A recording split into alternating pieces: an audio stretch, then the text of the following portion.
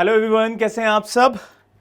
चलिए भाई, सारे के सारे लोग ज्वाइन कर लिए होंगे क्लास को। मैंने जैसा कि आप सबसे कहा था कि आप सारे के सारे बच्चे लाइव पढ़िएगा।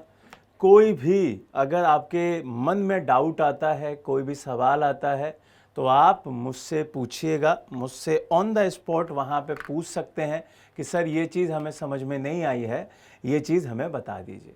आप सभी का एक तैयारी का लेवल जो सेट कराना है वो हमारी जिम्मेदारी है। बस आपको क्या करना है भाई, आपको पढ़ते जाना है बिना किसी संशय, बिना किसी डाउट। अपने जहन में कोई भी डाउट नहीं रखना है कि भाई हमारे सर ने या हमारी मैम ने ये टॉपिक पढ़ाया है तो ये आएगा कि नहीं आएगा। यहाँ पे वही पढ़ाया जाएगा जो पेपर में आता है, जो पेपर के लिए इम्पोर्टेंट है। क्लियर। तो आज से हम लोग स्टार्ट करेंगे वर्ल्ड ज्योग्राफी और चीज़ों को बेहतर तरीके से समझने की कोशिश करना।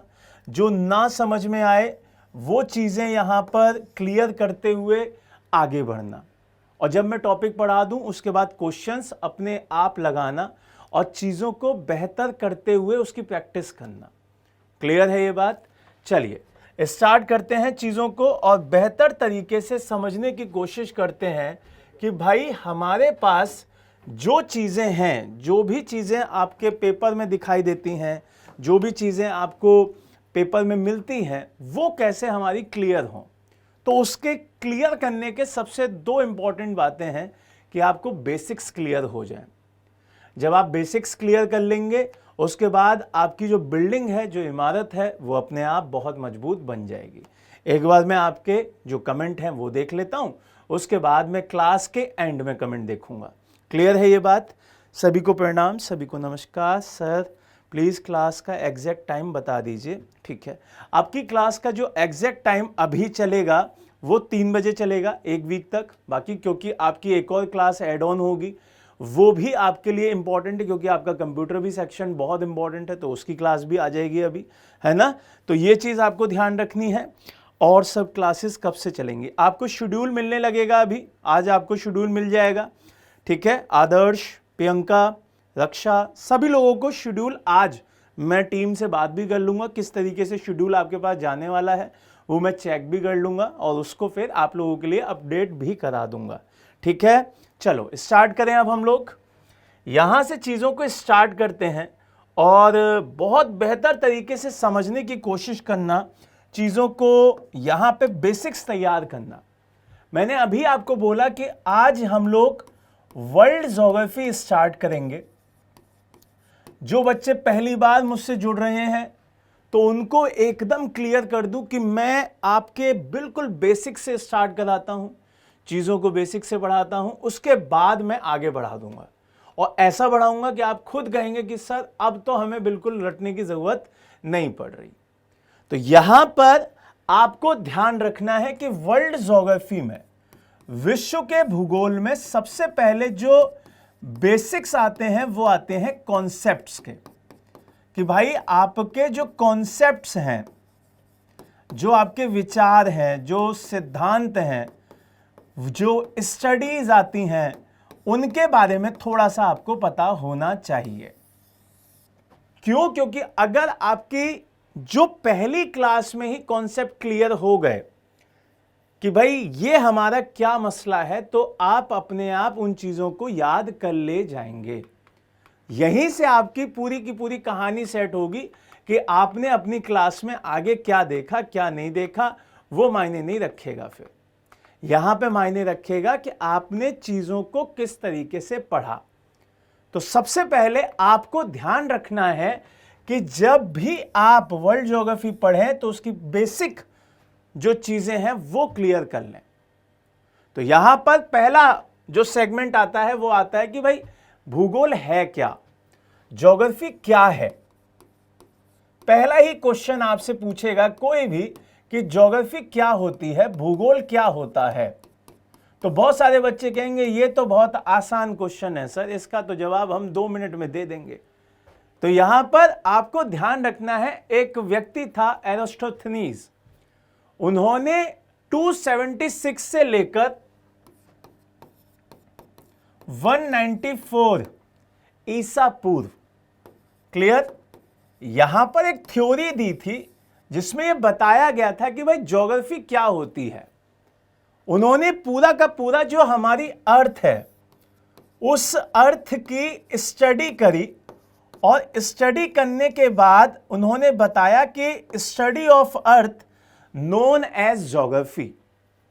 ये एक ग्रीक भाषा का वर्ड है, तो यहां से ये भी याद रखना है आपको कि ये जो वर्ड आता है ज्योग्राफी वाला वो कहां का आता है भाई, ये एक ग्रीक भाषा का वर्ड है, ग्रीक लैंग्वेज का ये वर्ड दिखाई देता है, जो कि कौन सा होता है, जियो प्लस ग्रॉप्स।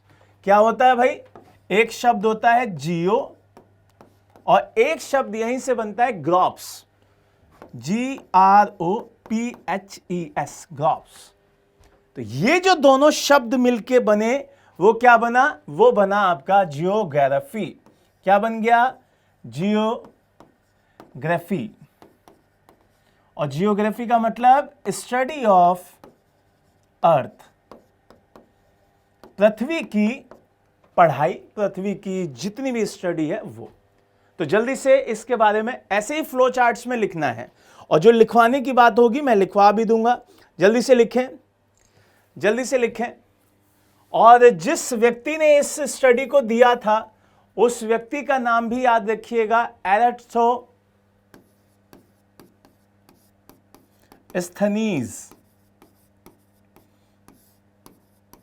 लिखिए,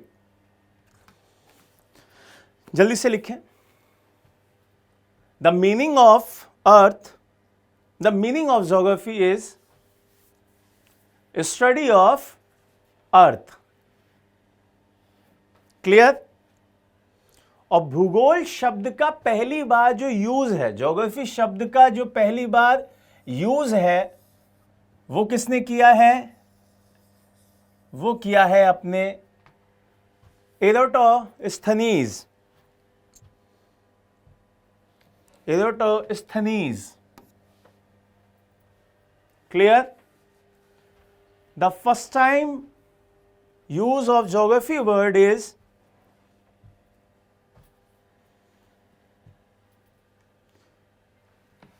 जल्दी से लिखें, EROTO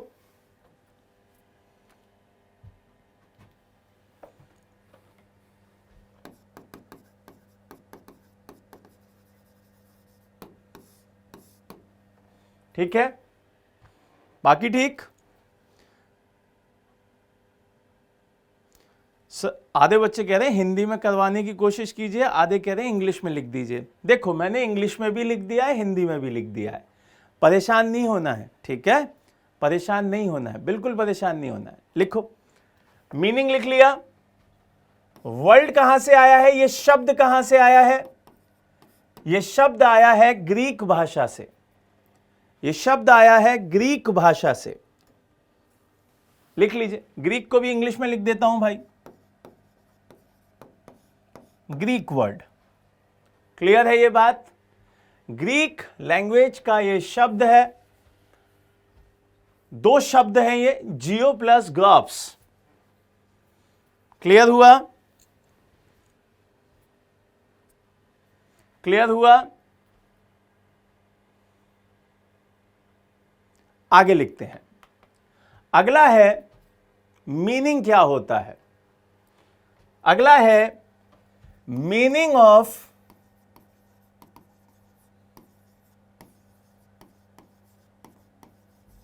ज्योग्राफी, भूगोल का अर्थ। अच्छा एक चीज और क्लियर कर देता हूं मैं आप लोगों को, यहां क्लास में जितने भी बच्चे अभी देख रहे हैं क्लास, ठीक है, यहां क्लास में हम लोग समझेंगे चीजें, आपको पीडीएफ प्रॉपर किताब की फॉर्म में हर डाटा की, जैसे आज मैं ये टॉपिक पढ़ा रहा हूं, इस टॉपिक के पीडीएफ में नोट्स प्रॉपर आज शाम तक आपके अपलोड हो जाया करेंगे। आज नहीं होंगे तो कल हो जाएंगे, कंफर्म हो जाएंगे। पूरी यूनिट के आपके नोट्स इंग्लिश और हिंदी में आपको मिल जाया करेंगे, ठीक है। तो उसके लिए बिल्कुल परेशान नहीं होना है, यहां पे बस फोकस करना है आपको समझने पर, आपको फोकस करना है कि जो चीजें यहां पढ़ा रहे हैं सर वो चीज यहां से हमें समझ में आ जाए, जिससे कि हम नोट्स तो बना लेंगे, फ्लो चार्ट में हम नोट्स बना लेंगे, मैं खुद बना के दे दूंगा, लेकिन समझना है आपको। समझ में आ रहा है? मीनिंग ऑफ अर्थ जो है वो क्या है भाई?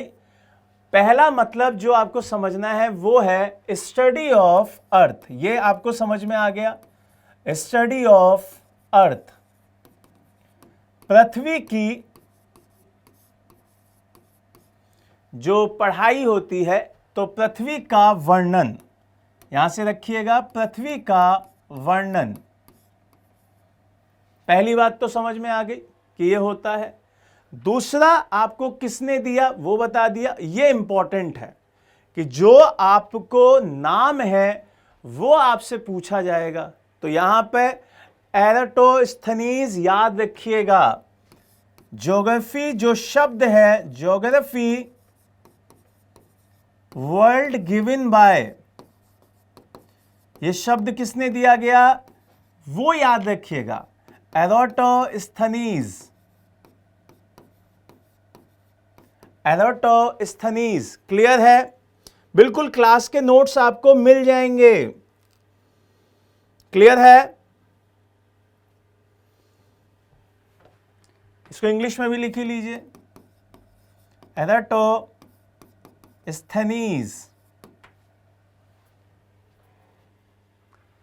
कहां के रहने वाले थे? ग्रीक। कहां के रहने वाले थे? ग्रीक। इसीलिए ये शब्द कैसा हुआ? ये हुआ ग्रीक वर्ड, ये हुआ ग्रीक वर्ड। और शब्द कौन से बना? एक बना जियो, एक बना ग्रॉप्स। ठीक है, एक बना जियो, एक बना ग्रॉप्स। अब इसका मतलब क्या होता है? जियो का मतलब होता है पृथ्वी, जियो का मतलब होता है पृथ्वी, और ग्रॉप्स का मतलब होता है वर्णन। वर्णन। जल्दी से लिख लो, आगे बढ़ेंगे फिर हम।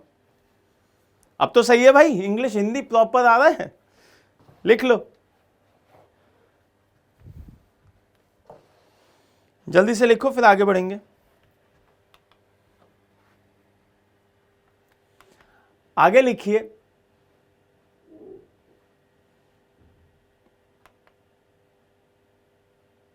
हो गया सभी का? चलिए अगला लिखिए, ब्रांचेस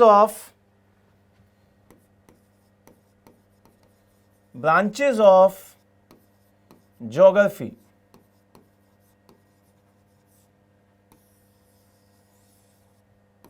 भूगोल की शाखाएं,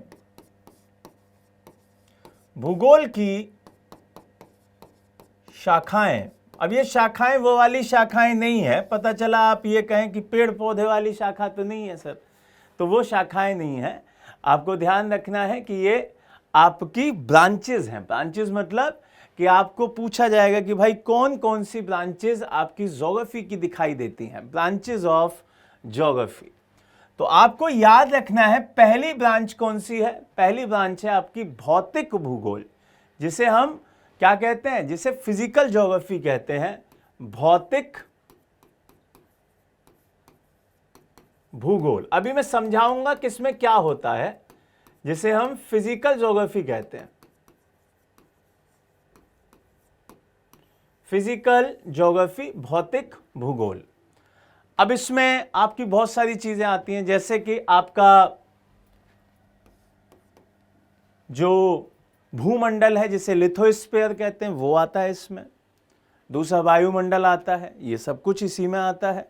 ठीक है, कृष्णा क्या कह रहे हैं? Note proper बनवाइएगा।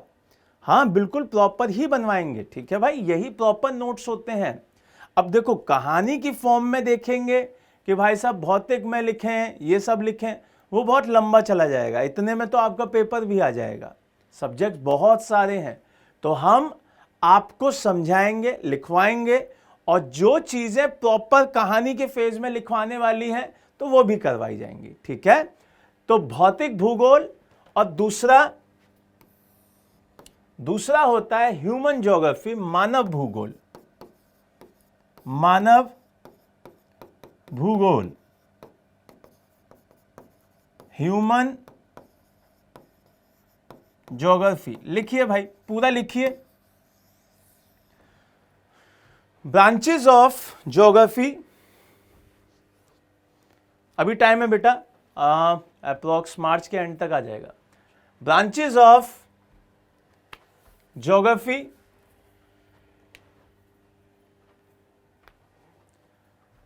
ज्योग्राफी डिवाइड्स इन टू पार्ट्स। ज्योग्राफी डिवाइड्स इन टू पार्ट्स, पहला फिजिकल एंड दूसरा ह्यूमन। भूगोल के दो भाग हैं, भौतिक भूगोल और मानव भूगोल। भौतिक भूगोल में क्या क्या पढ़ना होता है, जिसे हम फिजिकल ज्योग्राफी कह रहे हैं। एक होता है लिथोस्फीयर। क्या होता है भाई? लिथोस्फीयर, जिसे हम हिंदी में कहते हैं भूमंडल, जहां पे जमीन वगैरह की बात की जा रही है, इन सारी चीजों की बात की जा रही है, भूमंडल। एक होता है एटमॉस्फेयर। सुना है आप लोगों ने? एटमॉस्फेयर में हम लोग सांस लेते हैं, एटमॉस्फेयर। इसे हिंदी में क्या कहते हैं अपन? वायुमंडल। क्या कहा जाता है भाई? वायुमंडल। अब ये रानुमंडल वाला मसला नहीं है, पता चला आप रानुमंडल को सोच लें, रानुमंडल नहीं है, ठीक है, ये अलग है। फिर दूसरा आपका आता है हाइड्रोस्फीयर, इसी में आता है हाइड्रोस्फीयर,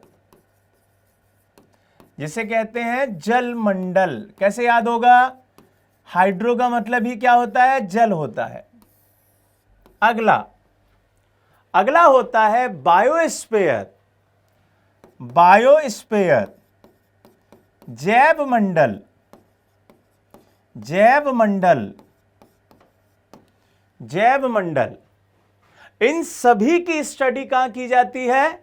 भौतिक भूगोल में, फिजिकल ज्योग्राफी में। यह बात समझ में आ रही है?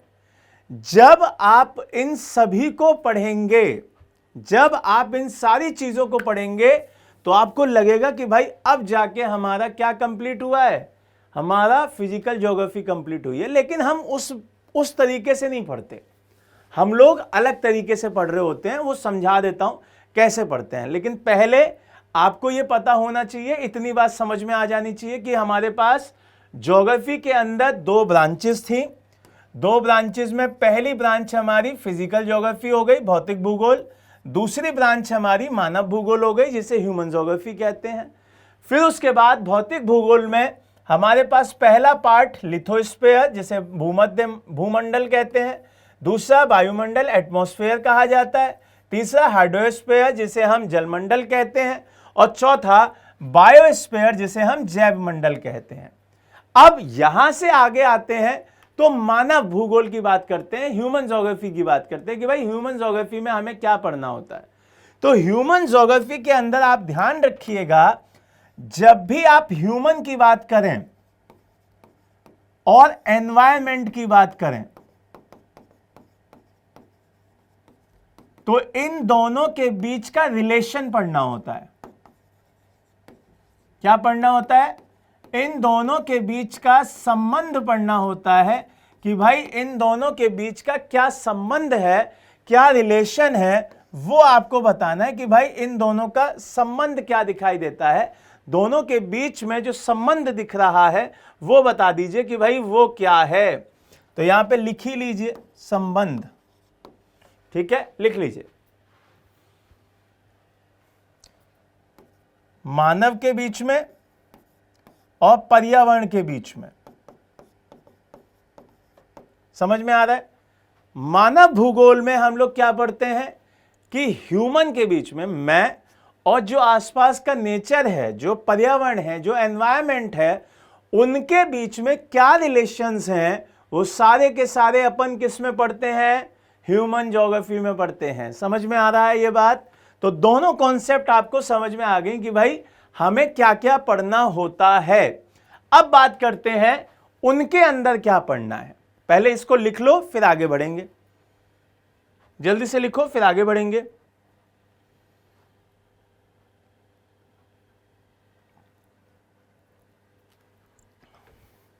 जल्दी से लिखें।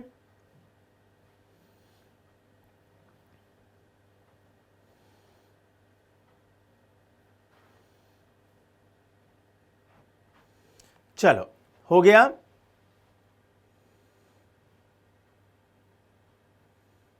आगे बढ़ें। अगला उसको समझते हैं कि भाई उसके अंदर क्या पढ़ना होता है। मैंने आपको ज्योग्राफी बताया, ज्योग्राफी के दोनों पार्ट्स बताए कि भाई एक फिजिकल ज्योग्राफी है, एक ह्यूमन ज्योग्राफी है।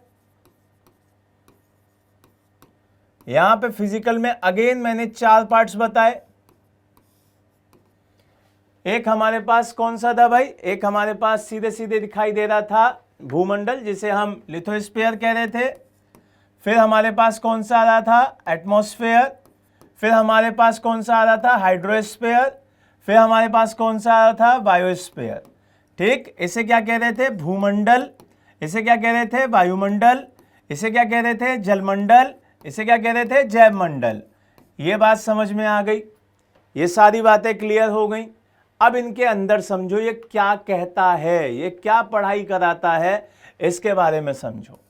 जब हम बात करते हैं भूमंडल की, ये आपने पूरा लिख लिया होगा, लिथोस्फीयर। जब हम बात करते हैं भूमंडल की तो यहां पर शेप ऑफ अर्थ मतलब भू की आकृति। एक चीज तो यह ध्यान रखनी है हमको, जो पृथ्वी की शेप है उसके बारे में बताना है, पहली बात। दूसरा, उससे जुड़ी हुई स्टडी हमें बतानी होती है कि भाई उससे जुड़े हुए जितने भी सिद्धांत हैं, जो नई नई थ्योरीज आई हैं, उनके बारे में बता दीजिए। और डेवलपमेंट कैसे हुआ है, उसका विकास कैसे हुआ है, डेवलपमेंट ऑफ अर्थ, पृथ्वी का विकास, उसका क्रम बताना होता है, उसके पार्ट्स बताने होते हैं, सारा का सारा कंप्लीट। तो आपको लिथोस्फीयर में, भूमंडल में क्या पढ़ना होता है, स्टडी ऑफ अर्थ करनी होती है। उसके बाद आपकी जितनी भी जो शेप्स हैं उनको देखना होता है पृथ्वी के साथ जुड़ी हुई। उसके बाद आपको ध्यान रखना है कि पृथ्वी का किस तरीके से विकास हुआ है। पहले पेंजिया पेंथालासा थी, फिर ठंडी हुई तो वहां पे फिर पार्ट्स टूटने लगे, फिर हमारी पृथ्वी दिखाई दी, ऐसा दिखाई देता है। यहां से यूपीएससी में क्वेश्चन पूछे जाते हैं, आपके यहां क्वेश्चन नहीं पूछे जाते। आपके यहां चीजें इससे आगे की, जब हम सीधे जाएंगे यूनिवर्स पे, आपके दूसरे वाले पार्ट्स पे, सोलर सिस्टम पे, वहां से पूछे जाते हैं, यहां से नहीं पूछा जाता। फिर आते हैं आप कहां पे, वायुमंडल में। ठीक है, वायुमंडल में मतलब आपके एटमॉस्फेयर वाले में, जो जलवायु वाला पूरा सेक्शन है। तो यहां पे क्लाइमेट पढ़ना होता है भाई, जिसे हम जलवायु कह रहे होते हैं, जलवायु पढ़नी होती है। जलवायु के साथ साथ फिर हमें एटमॉस्फेयर की लेयर्स देखनी होती हैं कि भाई एटमॉस्फेयर में लेयर्स कौन कौन सी हैं। समझ में आ रहा है कि वायुमंडल की जो पूरी की पूरी लेयर्स हैं, जो आपको पढ़ते दिखाई देंगी, उनके बारे में बताओ। तो उनके बारे में भी पढ़ना होता है, उनकी पूरी स्टडी करनी होती है। मौसम जो दिखाई दे रहा है उसके बारे में क्लाइमेट के साथ ही जोड़ लेना होता है। तो ये सारा का सारा आपको किस में दिखाई देगा, एटमॉस्फेयर में। तो ये चीजें आपको ध्यान रखनी है, ये सारी बहुत बहुत इंपॉर्टेंट है। ये क्लियर, पहला पार्ट कंप्लीट, दूसरा कंप्लीट। तीसरे पे आओ, हाइड्रो पे। हाइड्रो में क्या पढ़ना है, हमें पढ़ना है कि स्टडी ऑफ ओशंस, समुद्र विज्ञान के बारे में पढ़ना होता है कि भाई समुद्र की स्टडी करो। पहली बात तो समुद्र की स्टडी करोगे तो आपको फिर रिवर की स्टडी भी करनी पड़ेगी। रिवर्स दिखाई देंगी, नदियां, वो यहीं पे पढ़ेंगे हम लोग, नदियां। उसके साथ साथ झील पढ़नी पड़ेंगी आपको और तालाब पढ़ने पड़ेंगे, तो लेक्स भी यहीं पढ़ने पड़ते हैं। वर्ल्ड के, भारत के जब पढ़ेंगे तो अलग चीज है, वो झील पढ़नी होती है। ये सारा का सारा इसी में आ जाता है। लास्ट में जैव विज्ञान, बायोस्फीयर, वो क्या पढ़ाई देता है? वो आपको बताना है कि नेचुरल वेजिटेशन, नेचुरल वेजिटेशन मतलब प्राकृतिक वनस्पतियां, प्राकृतिक वनस्पतियां, नेचुरल वेजिटेशन। समझ में आ रहा है? प्राकृतिक वनस्पतियों के बारे में बताइए, आपको किस तरीके से वहां पे प्राकृतिक वनस्पतियां दिखाई देती हैं, वो सब कुछ यहां पे आपको ध्यान रखना है। दूसरा, आपको एरिया के हिसाब से, एरिया के अकॉर्डिंग आपको क्या करना होगा? आपको वहां की जो स्पेशल चीजें हैं उनके बारे में भी पता होना चाहिए कि भाई वहां का किस तरीके से आपको भौगोलिक विशेषता बतानी है, वो बताना होगा कि एरिया के हिसाब से इंपॉर्टेंट जो फैक्ट्स हैं वो भी आप यहां पे याद कर लें। जैसे कि अगर इक्वेटर है तो इक्वेटर के आसपास वाला क्या जोन दिखाई देता है वो आपको पता होना चाहिए, अदरवाइज फिर वहां से मसला खराब हो जाता है। समझ में आ रहा है? तो जल्दी से ये चारों चीजें लिखिए और फिर हम आगे बढ़ेंगे। जल्दी से लिखिए, फिर हम आगे बढ़ते हैं। जल्दी से लिखिए।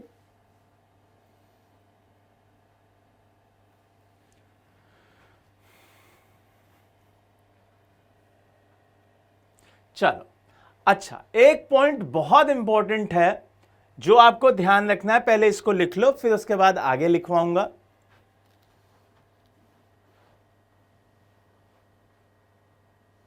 जल्दी से लिख लो, फिर आगे लिखवाऊंगा।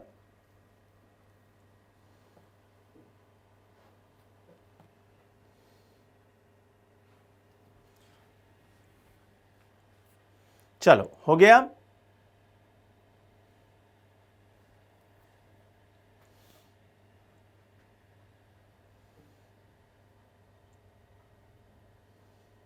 क्लियर है सभी का? अब यहां से जल्दी से बताएं, हो गया सभी का? बहुत छोटा दिख रहा है, ठीक है, अभी बड़ा कर देंगे, अगले पे बड़ा लिखेंगे। देखो बेटा, पता है क्या होता है कि आप उसको ना, जब आप उसको बड़ा करेंगे, उसके पिक्सल्स बड़े करेंगे और क्लियर कर लेंगे तो वो शायद बहुत बड़ा दिखेगा। मेरे इसमें बहुत बड़ा दिख रहा है, ठीक है? तो आप उसके पिक्सल्स क्लियर कर लो, अपने आप बड़ा दिखेगा वो, ठीक? चलो आगे बढ़े, अगले पे स्लाइड पे बड़ा बड़ा लिख देंगे, कोई नहीं। इतना हो गया। अब यहां से एक क्वेश्चन जो हमारे एग्जाम में आएगा वो आएगा कि जो हमने स्टडी करी है, जो हमने पार्ट्स बताए हैं, चलो बड़ा बड़ा लिख देंगे। वो क्वेश्चन क्या आएगा? वो आएगा कि जो हमने ज्योग्राफी में पार्ट्स बताए हैं कि भाई हमने बताया कि ह्यूमन ज्योग्राफी होती है, ये बताया हमने। फिर हमने बताया कि एक फिजिकल ज्योग्राफी होती है, ये भी बताया हमने। तो क्वेश्चन पूछेगा कि भाई साहब ह्यूमन ज्योग्राफी, मानव भूगोल और प्राकृतिक भूगोल जो आपका दिखाई दे रहा है, भौतिक भूगोल जो आपका दिखाई दे रहा है, उस भौतिक भूगोल में आपको एक चीज सबसे इंपॉर्टेंट जो पूछेगा वो पूछेगा इनका फादर कौन है। फादर का नाम पूछेगा, प्रतिपादक जिसे कहते हैं, प्रतिपादक कौन है, यहां पे भी पूछेगा और यहां पे भी पूछेगा। अब आप कहेंगे ये तो आपने बताया नहीं, बिना बात की बात कर रहे हो। तो पहले लिखो भौतिक वाले का पोलोडिनियस। क्या नाम है इनका? नाम है पोलो। और ये याद रखिएगा, ये बहुत बार पेपर में आया है। बहुत सारे लोग पोलो बोलते हैं, बहुत सारे पॉली बोलते हैं। नाम पॉली है, ठीक है, पोलिडोनियस। पोलिडोनियस, क्लियर है ये बात? पोलिडोनियस, इंग्लिश वाले भी लिख लो, Posidonius, father of physical geography, father of physical geography Posidonius. जनक जिसे कह सकते हैं, जनक, प्रतिपादक, फादर, ये सारे के सारे इन्हीं के नाम हैं। ये आपको ध्यान रखना है, बहुत इंपॉर्टेंट है भाई, ठीक है। मानव भूगोल के कौन है? मानव भूगोल के हैं फ्रेडरिक रैटजोल। फ्रेडरिक, और ये क्वेश्चन आया था, यही क्वेश्चन आया था, फ्रेडरिक रैटजोल। फ्रेडरिक रैटजोल, रैटजेल एक ही बात है, लिख लीजिए।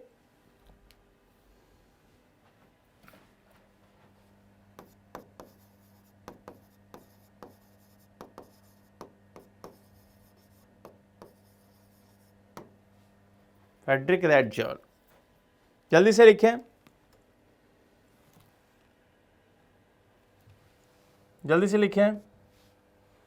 Frederick Ratzel, father of human geography, Friedrich Ratzel. समझ में आ गया सभी लोगों के? बहुत बढ़िया। अब दिख रहा है सभी को? अब दिख रहा है? ये क्वेश्चन बहुत इंपॉर्टेंट है, ये क्वेश्चन हमेशा पूछा जाता है। क्वेश्चन क्या होगा? फादर, वो भी किसके? इन शब्दों के, कॉन्सेप्ट्स के। ह्यूमन ज्योग्राफी किसने दिया, ये पूछेगा। फिजिकल ज्योग्राफी किसने दिया, ये भी पूछ सकता है। दोनों इंपॉर्टेंट है, दोनों छाप लीजिए। क्लियर? अब एक सवाल और आएगा। आपने ये तो बता दिया कि सर कि भाई फिजिकल ज्योग्राफी में क्या क्या होता है, क्या ह्यूमन ज्योग्राफी में कुछ नहीं होता? क्या ह्यूमन ज्योग्राफी में कुछ नहीं होता? तो बिल्कुल होता है भाई। ह्यूमन ज्योग्राफी का भी लिख लो, लिखो ह्यूमन ज्योग्राफी। ह्यूमन ज्योग्राफी में क्या क्या पढ़ते हैं वो भी समझ लो।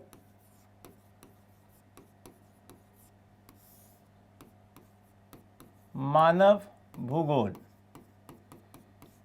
इसमें उप ब्रांच क्या होती हैं? सब ब्रांचेस। इसमें सब ब्रांचेस क्या हैं?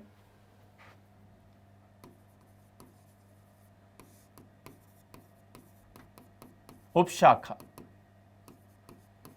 ठीक है, सब ब्रांचेस।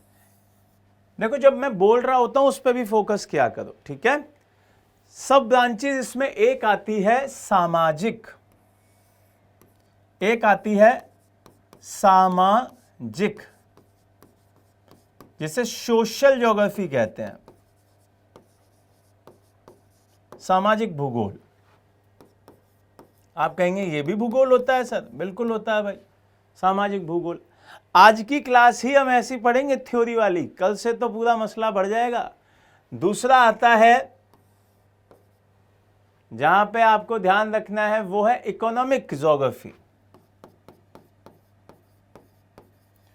इकोनॉमिक ज्योग्राफी,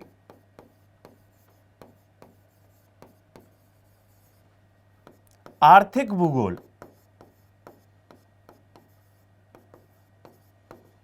आर्थिक भूगोल, इकोनॉमिक ज्योग्राफी। क्लियर है? एक होता है ऐतिहासिक भूगोल। ऐतिहासिक भूगोल,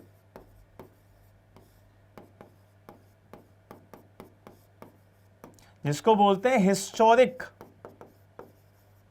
हिस्टोरिक ज्योग्राफी,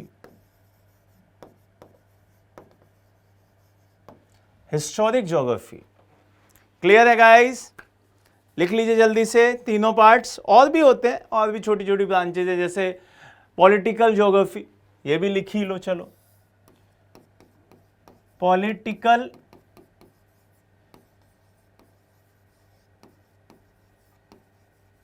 ज्योग्राफी, राजनीतिक भूगोल, राजनीतिक भूगोल लिख लीजिए। सामाजिक, आर्थिक, ऐतिहासिक, राजनीतिक, ये सारे के सारे किसके पार्ट्स हैं? मानव भूगोल के। और जिसके पापा कौन हैं? जिसके पापा हैं फ्रेडरिक रैटजॉल। ठीक है, लिख लीजिए। किसी को डाउट? किसी को कोई भी डाउट? शिवम, मुनीश, कविता, कृष्णा, दिलीप, रश्मि, मानव, मुनीश, रक्षा, किसी को कोई डाउट है? किसी को भी बच्चे? नो डाउट, आगे बढ़े।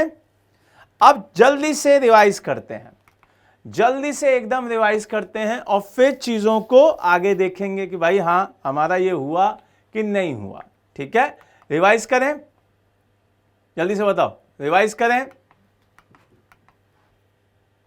ठीक है, देखो मैंने क्या क्या पढ़ा। बहुत बढ़िया, बहुत बढ़िया। मैंने बताया कि हमारी जो भूगोल है वो एक व्यक्ति थे जो ग्रीक के विद्वान थे, जो ग्रीक के साइंटिस्ट थे, जो ग्रीक के रहने वाले थे। उन्होंने, नो सर बहुत अच्छे से बढ़िया से समझ में आ गया बेटा। केएम पूनम कह रही हैं एनवायरनमेंट की क्लास कब से होंगी? आज से क्लास अभी स्टार्ट हुई है। एनवायरनमेंट पहले पढ़ लेना है, पढ़ो अभी, है ना, ध्यान से सुनो। देखो मैंने क्या क्या पढ़ा दिया अभी। मैंने बताया कि ज्योग्राफी जो होता है वो एक ग्रीक शब्द होता है जिसमें जियो, जिसका मतलब आपकी पृथ्वी होती है, अर्थ होती है, और ग्रोप्स का मतलब जिसमें स्टडी कहते हैं।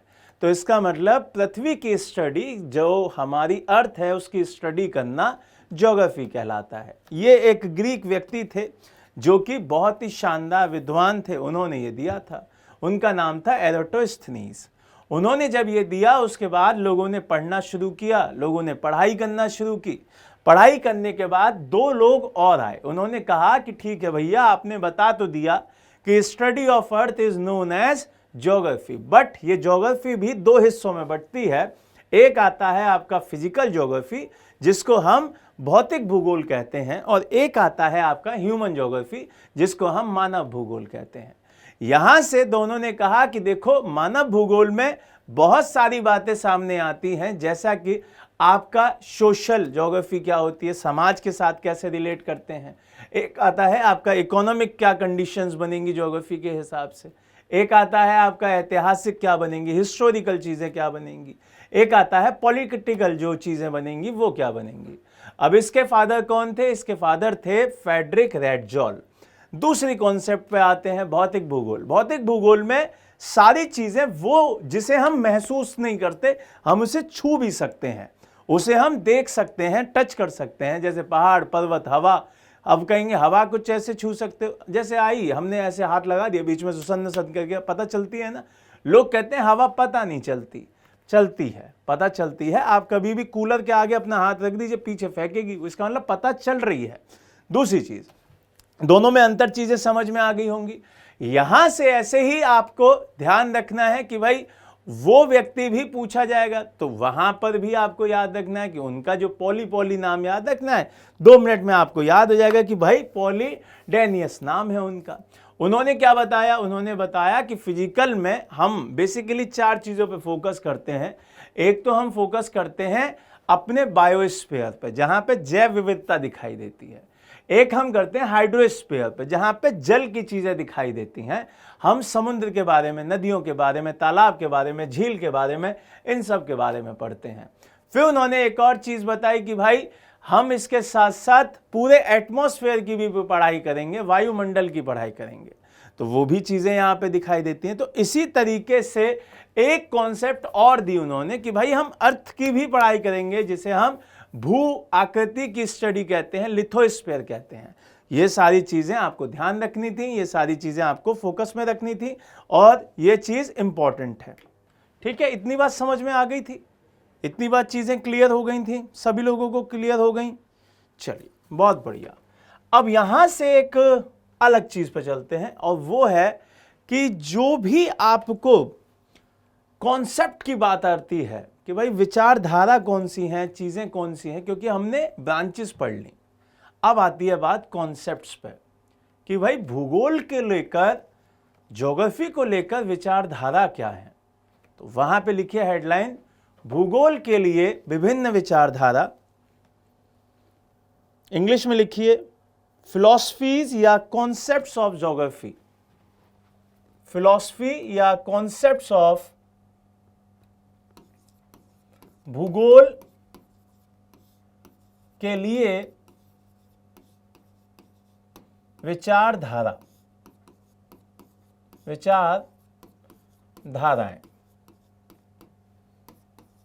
Concepts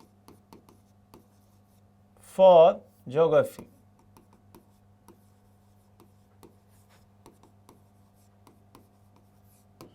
concepts for geography.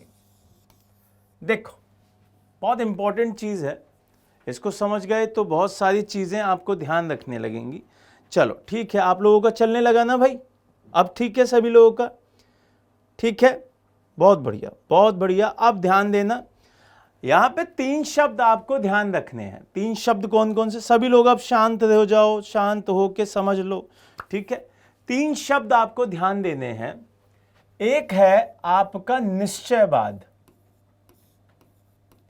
निश्चयवाद English में भी अभी समझाऊंगा, पहले हिंदी में लिख लेना, जो हिंदी वाले बच्चे हैं वो लिख लें। फिर आता है आपका निश्चयवाद के बाद बहुत इंपॉर्टेंट बात, संभववाद। कौन सा आएगा भाई, संभववाद। फिर तीसरा आता है नवनिश्चयवाद। समझ में आ रहा है, संभववाद, नवनिश्चयवाद और निश्चयवाद, 3 कॉन्सेप्ट्स हैं और तीनों ही बहुत इंपॉर्टेंट हैं। इनको इंग्लिश में भी थोड़ा सा लिख लो, फिर उसके बाद मैं इन्हें समझाता हूं कि ये क्या क्या चीजें होती हैं। निश्चयवाद को कहते हैं डिटरमिनिज्म। क्या कहा जाता है, डिटरमिनिज्म, डिटरमिनिज्म। ठीक, पहला शब्द तो ये हो गया। नहीं नहीं सर क्लास रुक रही थी तो लर्न कर रहे थे, अरे क्या बात है, इसे कहते हैं तूफान बच्चे, ठीक है, बहुत बढ़िया। फिर संभव का मतलब क्या होता है, पॉसिबिलिज्म, है ना। सारे के सारे अब बच्चे एकदम ध्यान से सुनना, ठीक। तो संभववाद का क्या मतलब होता है, पॉसिबिलिज्म। क्लियर हुआ, संभववाद इसे कहते हैं कि भाई चीजें यहां पर पॉसिबल हो सकती हैं। तीसरा, अब बिल्कुल शांत हो जाओ भाई, ठीक है, यहां पे एकदम शांत हो जाइए और चीजें को आप समझिए। फिर नव निश्चयवाद, तो डिटरमिनिज्म तो निश्चयवाद है, तो नियो डिटरमिनिज्म। समझ में आ रहा है। 3 कॉन्सेप्ट आई, किसको लेकर, ज्योग्राफी को लेकर। ये क्या है, यहां से क्वेश्चन जरूर पूछा जाता है कि भाई ये कॉन्सेप्ट क्या कहती हैं, इनको समझा दो प्लीज, प्लीज और लगाता है एग्जामिनर, ठीक है। अब समझा दे हैं। निश्चयवाद में होता है कि जो सबसे पावरफुल है, इस पूरी दुनिया में सबसे पावरफुल है और पूरा कंट्रोल जिसका चलता है वो है नेचर। तो यहां पे कहा गया कि मनुष्य, ह्यूमन, प्रकृति के, नेचर के अधीन है। समझ में आया, मतलब नेचर मैक्सिमम पावरफुल है, यहां पर ये पावर में दिखाई देती है। समझ में आया कि अगर नेचर चाहे तो सब कुछ बदल सकता है। अभी हाल फिलहाल में आपने देखा ही होगा कि बरसात इतनी हुई कि अच्छे अच्छे गांव के गांव पूरे के पूरे ढह गए, खत्म। इसका मतलब नेचर बदल देती है, ठीक है। और चीजें आपको ध्यान रखनी है कि ये चीज बड़ी हो जाती है।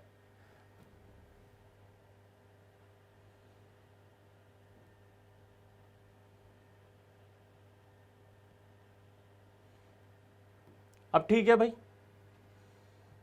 अब ठीक। इसका मतलब नेचर सबसे ज्यादा पावरफुल है, सबसे बड़ी पावरफुल जो चीज है वो नेचर है। नेचर का जब मन आएगा तब आपको तबाह कर देगी, खत्म कर देगी। फिर दूसरे में इन्होंने बोला कि नहीं नहीं, ऐसा नहीं है। जो ह्यूमन है, जो आपका मनुष्य है, मनुष्य क्या करता है? मनुष्य कंट्रोल कर सकता है किसको? ये कंट्रोल कर सकता है नेचर को।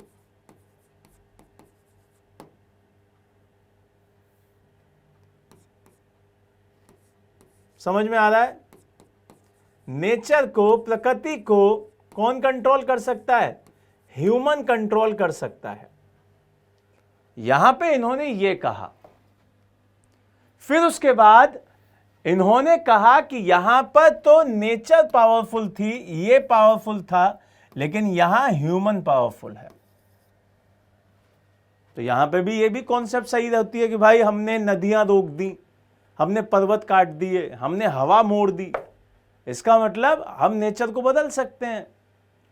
लेकिन नवनिश्चयवाद में कहा कि ठीक है, जो आपने ऊपर बोला वो सब अलग बात है। यहां पे ध्यान रखिए कि नेचर प्लस ह्यूमन एक दूसरे के साथ मिलकर काम करती है, एक साथ मिलकर काम करती है। समझ में आ रहा है सभी लोगों के कि भाई आप इन दोनों चीजों की वैल्यू नहीं करेंगे तो आपका मसला खराब हो जाएगा। यहां पर निश्चयवाद में यह कहा गया कि प्रॉपर हम मान चुके हैं कि नेचर मेन है। क्या मान चुके हैं? मेन है नेचर।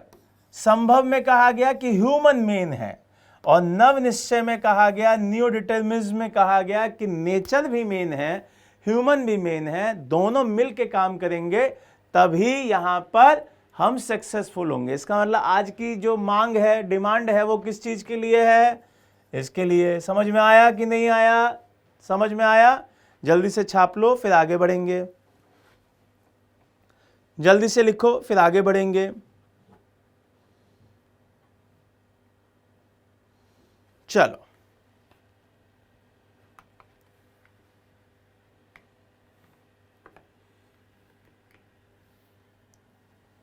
हो गया भाई? तो हमने दो चीजें अब क्लियर कर ली हैं। हमने यहां पे कॉन्सेप्ट क्लियर कर ली कि विचारधाराएं कौन कौन सी आई थी। हमने विचारधाराएं कंप्लीट कर ली। विचारधाराओं के साथ साथ हमने ह्यूमन ज्योग्राफी में क्या आता है वो कंप्लीट कर लिया। ह्यूमन ज्योग्राफी के साथ साथ हमने जो आपका फिजिकल ज्योग्राफी है उसमें क्या आता है वो कंप्लीट कर लिया। ये सारी चीजें हम कंप्लीट कर चुके हैं। अब बात करते हैं आगे और चीजों को आगे देखते हैं। अगला क्या है भाई? अगला सेगमेंट आता है अपना यूनिवर्स का, कि भाई यूनिवर्स क्या है उसको समझाइए। बहुत सारे लोग कहेंगे हमको तो पता है यूनिवर्स क्या है, हमको क्या बताओगे? बहुत सारे बच्चे कहेंगे हम ही तो हैं जो कुछ हैं, यूनिवर्स हम हैं ब्रह्मांड, है ना? तो ब्रह्मांड के बारे में बात करनी है, ब्रह्मांड को समझना है, यूनिवर्स को समझना है। तो हेडलाइन डालिए यूनिवर्स, जल्दी से लिखिए यूनिवर्स। सर मज़ा आ रहा है, नोटिस भी होता जा रहा है और लर्न भी होता जा रहा है। बहुत बढ़िया। देखो यही होता है जब आप चीज़ें अपने मन से कर रहे होते हैं तब। अगर आप मेरे प्रेशर में पढ़ेंगे, चीज़ें आप मेरे दबाव में पढ़ेंगे तो उसके बाद चीज़ें ख़राब हो जाएंगी, है ना? लेकिन जब आप अपने मन से पढ़ते हैं, चीज़ें आप अपने मन से करते हैं तो चीज़ें अपने आप अच्छी ही होती हैं, उसमें कोई बुराई नहीं होती है। आप अपने आप बढ़िया बढ़िया चीज़ें पढ़िए और चीज़ें याद करते जाइए, ठीक है? चलो हेडलाइन डालो यूनिवर्स। अच्छा एक चीज़ बताओ, कितने लोगों ने यूनिवर्स कभी देखा है जिसके बारे में उन्होंने समझा हो कि हाँ भाई ये यूनिवर्स है?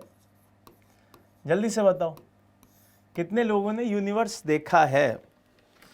अच्छा, एक चीज़ और आप लोगों के लिए ना एक डाटा है जो शायद आप लोगों को आज मिल भी गया होगा, और अगर नहीं मिला है तो मिल जाएगा, और ये डाटा बहुत इंपॉर्टेंट रहेगा, इसको रिवाइज करते रहना, ये सारी चीज़ें आप पढ़ते रहना, मैं आपको भिजवा भी दूंगा ये डाटा, तो जिससे कि आप लोगों के लिए बहुत इंपॉर्टेंट होता है ये सारा डाटा। जल्दी से बताएं आप मुझे, कितने लोगों ने यूनिवर्स कभी देखा है, मतलब टीवी में देखा हो, कभी कुछ देखा हो, है कोई ऐसा? बढ़िया। देखो, इसे सबसे पहले हिंदी में क्या कहा जाता है? इसे कहा जाता है ब्रह्मांड। क्या कहा जाता है? ब्रह्मांड कहा जाता है यूनिवर्स को।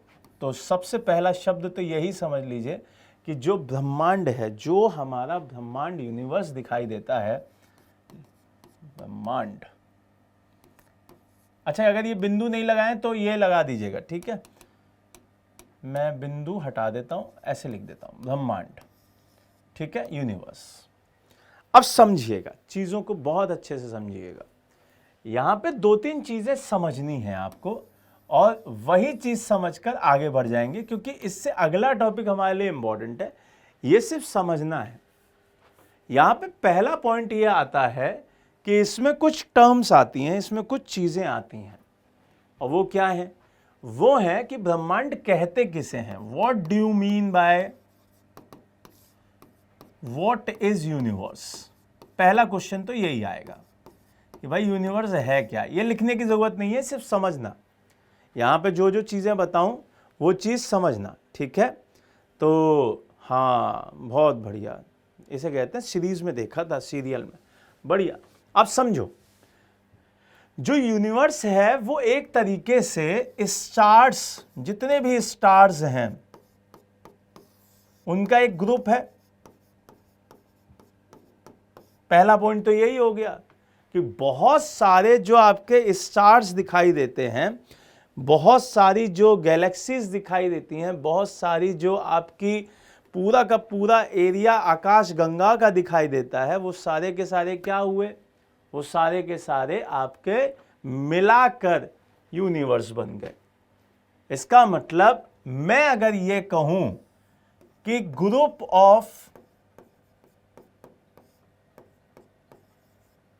गैलेक्सी, ठीक है, जिसे गैलेक्सी को क्या कहा जाता है? आकाश गंगा। आकाश गंगा। जब आप कई सारे आकाश गंगाओं का एक समूह देखते हैं, उन समूहों को एक जगह ले आइए, और उस एक जगह पर आके अगर एक नाम देना हो तो क्या नाम देंगे? वो नाम हो जाएगा ब्रह्मांड। समझ में आ रहा है? मतलब एक यूनिवर्स ये है, एक आकाश गंगा ये है, एक आकाश गंगा ये है, एक आकाश गंगा ये है, एक आकाश गंगा ये है। इन सब को मिला के क्या कहेंगे अपन? यूनिवर्स। क्लियर? समझ में आया? तो यहां से यही कॉन्सेप्ट आपको समझना है, यही चीजें आपको समझनी है, ठीक है? ऐप पे प्रैक्टिस सेट बिल्कुल मिलेगा, सब कुछ मिलेगा। ऐप पे तो सब कुछ ही मिलेगा भाई। आपने पैसा दिया है, ऐसे थोड़ी छोटी मोटी चीज़ थोड़े है। आपने पैसा दिया है, और जैसे ही पैसा कोई देता है तो उसकी खातिरदारी होती है। जैसे आप देखोगे, जब घर पे मामा या बुआ आती हैं और वो पैसा देती हैं, तो आप देखिए खुद जाके आप भाग भाग के कोल्ड ड्रिंक लेके आते हैं। और अगर कोई ऐसा व्यक्ति आए जो आपको कोई पैसा नहीं देता है, तो आप उसको पानी भी नहीं पूछेंगे, तो कोल्ड ड्रिंक तो बहुत दूर की बात है। आपने पैसा दिया है पढ़ने का, तो आपको अच्छे से पढ़ाया जाएगा, आपको सब कुछ मिलेगा, ठीक है? ऐप पे तो सब कुछ मिलता है बेटा, ठीक है? ये मजाक की बात है, लेकिन ऐप पे सब कुछ मिलता है। वो सारी चीज़ें मिलेंगी जो चीज़ें आपके पेपर के लिए बहुत इंपॉर्टेंट है, ठीक? तो यहाँ पे याद रखिएगा, गैलेक्सी कर लेना इसको, ठीक है?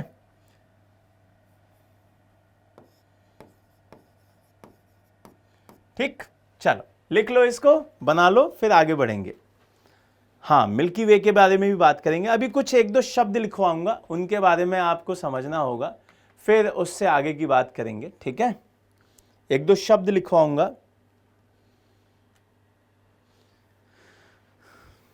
चलो, आप सबके ना मैं कमेंट भी पढ़ूंगा, बाद में पढ़ूंगा। रीनू, अरुणिमा, बहुत बढ़िया, बहुत बढ़िया। चलो लिख लो, इतने बढ़िया बढ़िया बच्चे हैं आप लोग। सर एनसीईआरटी में लिखा है money is medium of exchange. बहुत बढ़िया, बहुत बढ़िया। इसे कहते हैं पढ़ाई के माध्यम से आप एग्जाम्पल दे देते हैं, बहुत सुंदर। चलिए, एक बच्चा कह रहा है कि सर मैं तो शादीशुदा हूँ, मुझे कोई पैसा नहीं देता, मुझे देने पड़ते हैं। बहुत बढ़िया, अब चुपचाप पढ़ लो, वरना फिर पैसे भी नहीं मिलेंगे। चलो आ जाओ, अब यहाँ से थोड़ा सा फोकस करते हैं उन शब्दों पर जो हमारे यूनिवर्स में इंपॉर्टेंट हो जाते हैं। वो इंपॉर्टेंट शब्द कौन कौन से हैं? जैसे आपको एक शब्द दिखाई देगा तारामंडल, सुना है आपने तारामंडल? अभी पहले हिंदी में लिख लो, फिर इंग्लिश में लिखा दूंगा। तारामंडल किसी ने सुना हो कि भाई तारामंडल होता है कुछ? हाँ, सुना है किसी ने? इसको कहते हैं कॉन्स्टेलेशन। क्या कहा जाता है भाई? कॉन्स्टेलेशन।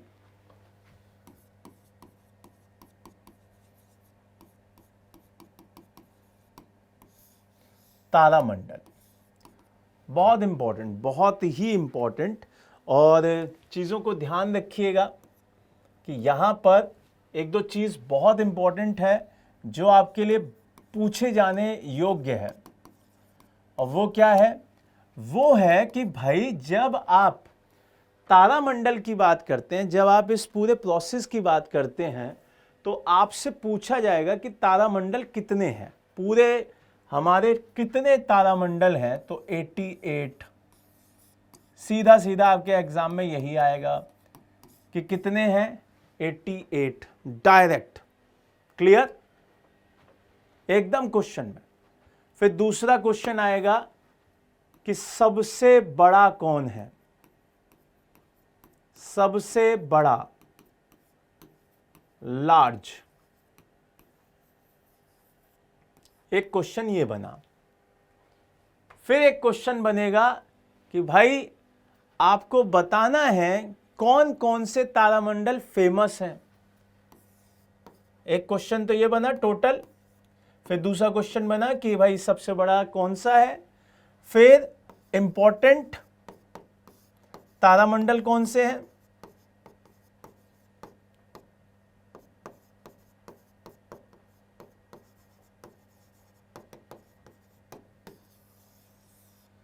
और सबसे बड़ी चीज कि हम कहां पे आते हैं, हमारा कौन सा है भाई, हमारा कौन सा है।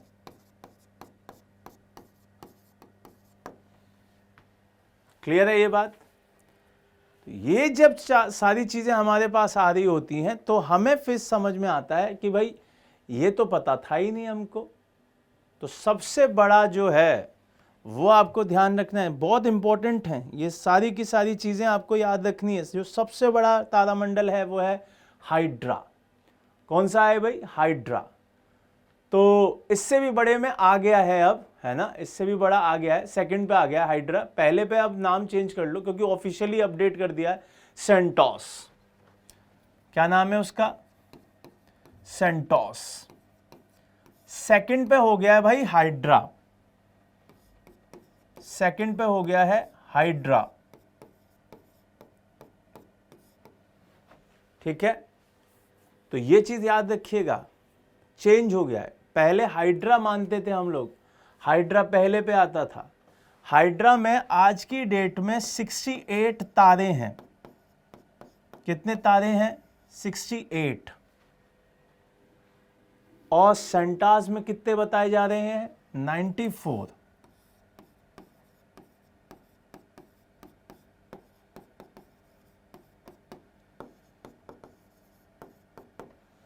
समझ में आ रहा है? ये बात बहुत इंपॉर्टेंट है बेटा। हाइड्रा सबसे इंपॉर्टेंट है, पहले यही नंबर में आता था, पहले इसी पे आता था।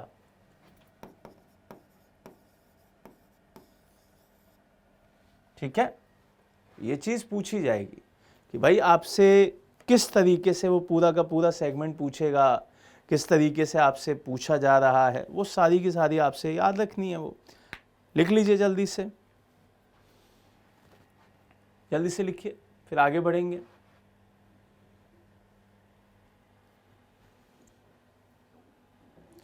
ठीक, एक फेमस बताओ, जो फेमस तारामंडल आपने सुना हो, उसका नाम है सप्तऋषि तारामंडल।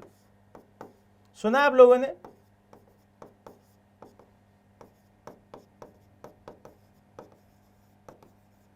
सुना है आप लोगों ने सप्तऋषि तारामंडल?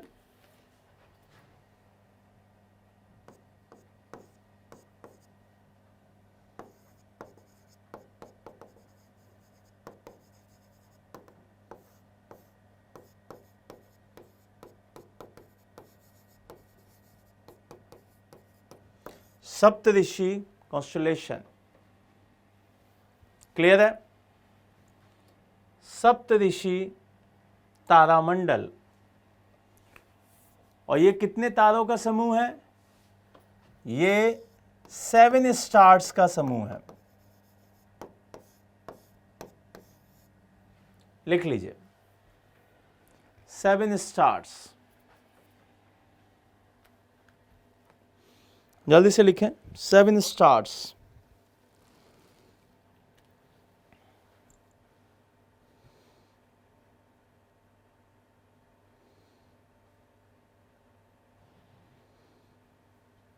हो गया?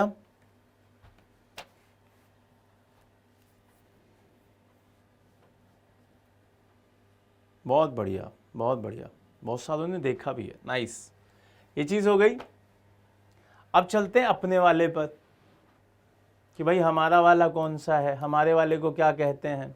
बहुत सारे बच्चों को पता भी होगा कि हमारे वाले को क्या कहते हैं भाई, मंदाकिनी। क्या कहा जाता है भाई? मंदाकिनी, मिल्की वे, मंदाकिनी, मिल्की वे, ये हमारा वाला है जिसमें हमारा सौरमंडल आता है, इसी में हमारा सोलर सिस्टम आता है। ठीक है, इसी में हमारा सोलर सिस्टम आता है, ये आपको ध्यान रखना है। लिख लीजिए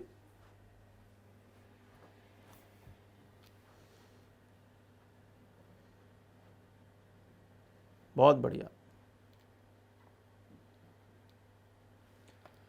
चलो आगे बढ़े। देखो उसरा मेजर जो है और जो बिग बियर है वो नक्षत्र मंडल है। ठीक है, एक बच्चा जो बोल रहा है वो नक्षत्र मंडल है। ठीक है, तो वो चीज आपको ध्यान रखनी है। हाँ, जो आपका मिल्की वे है वो आकाश गंगा है, वो इसी के अंदर आता है, आकाश गंगा के अंदर। ठीक है, मंदाकिनी, ठीक है, गैलेक्सी के अंदर आता है ना, लिख लीजिए गैलेक्सी के अंदर आता है वो। ये जो है मिल्की वे गैलेक्सी के अंदर आता है। ठीक, आगे बढ़े। तो जो हमारी आकाश गंगा है वो कौन सी है? वो मिल्की वे है, गैलेक्सी। ठीक, जिसे हम मंदाकिनी भी बोलते हैं। चलो आगे बढ़े। अच्छा, एक चीज और बता दूं, जो आप जितने भी बच्चे हैं, जितने भी ये, जैसे एक बच्चा जो बोल रहा है कि उर्सा मेजर वाला, उर्सा मेजर आपको याद रखना है ग्रेट बियर जिसे कहा जा रहा है ना, बिग बियर, ग्रेट बियर, वो नक्षत्र मंडल है। नक्षत्र मंडल में मतलब जो सप्तऋषि तारामंडल है उसी का मसला दिखाई देता है, वो उसी में दिखाई देता है। ठीक है, जो अन्य तारामंडल दिखाई देते हैं जो छोटे छोटे पूरा वो है उनका, उसमें आते हैं वो। ठीक, लिख लो,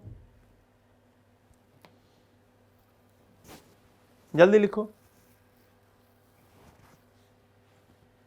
हो गया?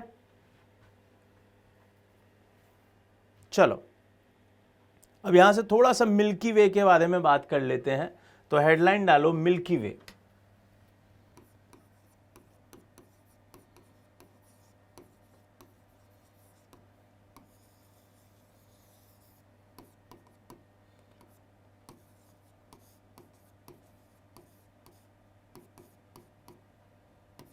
इसी को क्या कह रहे थे अपन? मंदाकिनी।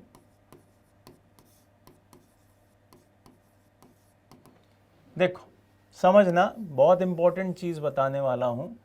कुछ की पॉइंट्स हैं जो आपके बारे में यहां से पूछे जाते हैं, जैसे कि मंदाकिनी में जो हमारा सौरमंडल है वो आता है, तो इसमें अपन का सौरमंडल भी आएगा, सोलर सिस्टम, जो अभी हम पढ़ने भी वाले हैं, थोड़ा सा उसके बारे में जिक्र करेंगे, सोलर सिस्टम के बारे में थोड़ा सा देखेंगे, उसके बारे में देखेंगे, तो वहाँ से आपको ध्यान रखना होगा। दूसरा आपको ये भी याद रखना है, जब आप इस पूरे सेगमेंट में आएंगे तो जो इसकी शेप है वो कैसी दिखाई देती है। तो आपने बहुत बार पढ़ा होगा, बहुत बार आपने देखा होगा, इसकी शेप से क्वेश्चन ज़रूर आता है, बहुत बार पूछा जाता है। समझ में आ रहा है? तो इसकी शेप आती है सर्पिलाकार। कैसी आती है? सर्पिलाकार। बहुत सारे बच्चे कहेंगे सर्पिलाकार क्या होती है सर? तो शेप से क्वेश्चन आता है कि इसकी शेप कैसी है? सर्पिलाकार, सर्प जैसी, सर्पिलाकार, spiral, spiral shape, spiral shape. बहुत बढ़िया, बहुत सारे बच्चों ने तो लिख भी दिया, बहुत बढ़िया। बहुत सारी जगहों पे आपको तस्तरी नुमा भी दिखाई देगा, है ना, डिस्क शेप में। बहुत सारी जगह पे तस्तरी नुमा भी दिखाई देगा।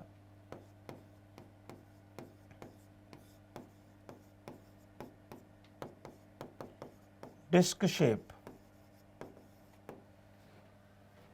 ठीक है। ये चीज आपको ध्यान रखनी है, बाकी का आप एकदम फिट, एकदम चीजें आपको यहां से अच्छे से याद कर लीजिएगा।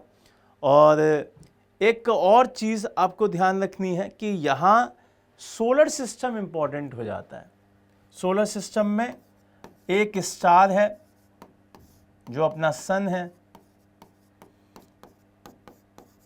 प्लैनेट हैं जो कि 8 हैं, जिनको अभी हमें पढ़ना है। तो अब इसे लिख लो और फिर हम थोड़ा सा जल्दी से सोलर सिस्टम से पहले कुछ शब्द लिखवाता हूँ, उनको समझा देता हूँ। याद नहीं करना है, कुछ नहीं करना है, बस समझ लेना है और समझ के चुपचाप आगे बढ़ जाना है।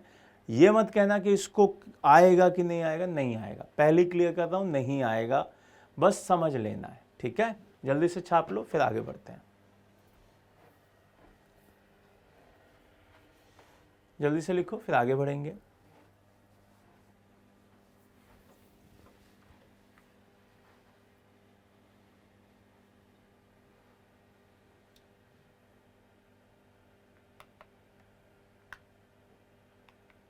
चलो थोड़ा सा कंप्यूटर की किताब सजेस्ट करनी है, ठीक है, कर देंगे। अब समझो, यहाँ पे कुछ चीजों को समझना है, बाकी का आप समझ लीजिएगा। सप्तऋषि,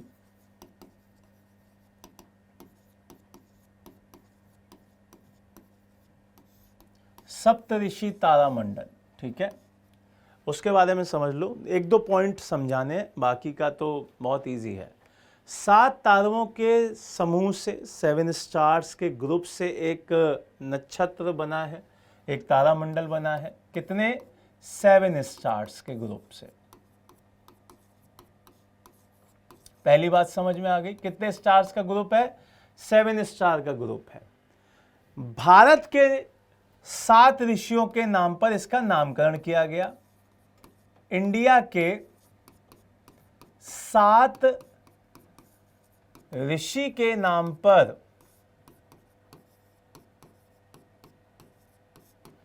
इसका नाम हुआ, नाम रखा गया, ठीक है। तो ये चीज याद रखनी, नेमिंग ऐसे ही रखो, ऋषि के नाम पर। अब आप कहेंगे कि क्या हमें 7 याद करने? नहीं करने, बिल्कुल नहीं करने। एक याद कर लेना बस इसमें से, वो है ध्रुव तारा। सुना है आप लोगों ने इसका नाम, ध्रुव तारा? ध्रुव तारा इसलिए इंपॉर्टेंट है, इसलिए एग्जाम में पूछा जाता है, क्योंकि आपसे एग्जाम में कहेगा कि ध्रुव तारा की हेल्प से डायरेक्शन हम कौन सी पता करते हैं। कौन सी डायरेक्शन यहां से पता चलती है, ये पूछेगा। तो यहां पे याद रखिएगा कि इससे नॉर्थ डायरेक्शन पता चलती है। कौन सी डायरेक्शन? नॉर्थ, उत्तर।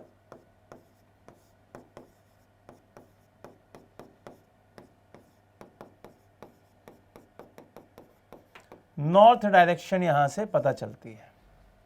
लिख लीजिए, बस इतना ही इंपॉर्टेंट है। बहुत बढ़िया, बहुत ही शानदार बच्चों, बहुत ही बढ़िया। नॉर्थ डायरेक्शन का पता चलता है, इस चीज का आपको ध्यान रखना है, बस हो गया। इतना ही याद रखना है, बाकी का कुछ नहीं याद करना। इसी की हेल्प से जो फिशरमैन होते हैं, जो फिशर्स होते हैं, वो सारे के सारे नाविक जितने भी हैं, वो इसी की हेल्प से क्या करते हैं? बोटिंग करते हैं। जितने भी नाविक हैं वो सारे है इसी की हेल्प लेते हैं और नॉर्थ डायरेक्शन में अपनी बोट ले जाते हैं। क्लियर? अगला है स्टार्स, कि what do mean by stars?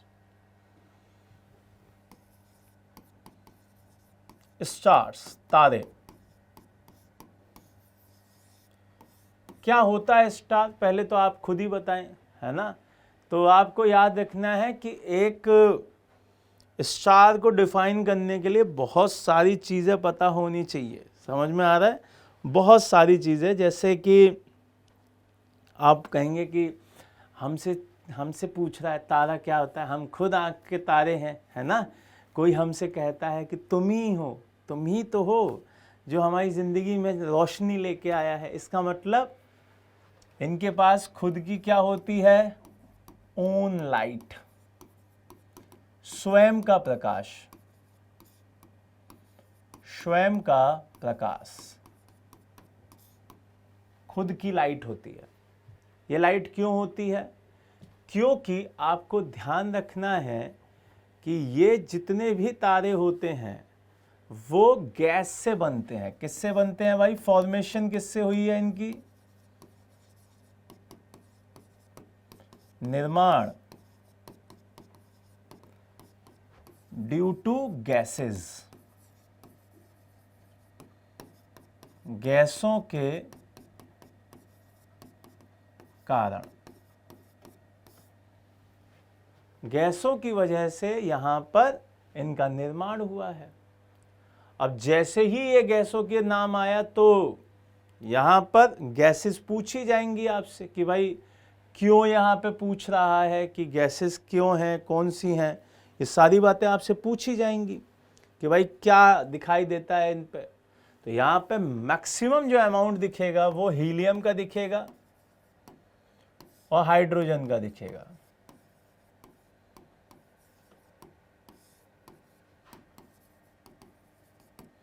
ठीक है, हीलियम एंड हाइड्रोजन जितने भी आप देखेंगे, जब पूरे के पूरे सेगमेंट में हाइड्रोजन, हीलियम, ये सब कुछ। और इसी की वजह से वहां पर एक और क्वेश्चन आता है कि इनका क्या रंग भी होता है, कलर होता है? तो यस, इनका जो टेम्परेचर होता है उसी की वजह से इनका रंग भी हो जाता है, तापमान की वजह से। तापमान के कारण इनका रंग भी सेट हो जाता है। समझ में आ रहा है? जल्दी से बताएं, सभी को समझ में आया? बढ़िया, बहुत बढ़िया। समझ में आया सभी को? Yes, owns heat owns light, खुद का प्रकाश, खुद की ऊर्जा, खुद का तापमान, ये सब कुछ आपको यहां पर ध्यान रखना है। ठीक है, एक और चीज याद रखनी है आपको, वो अभी मैं समझाऊंगा। पहले इसको और लिख लीजिए, फिर हम आगे बढ़ेंगे। जल्दी से लिखिए, फिर आगे बढ़ेंगे।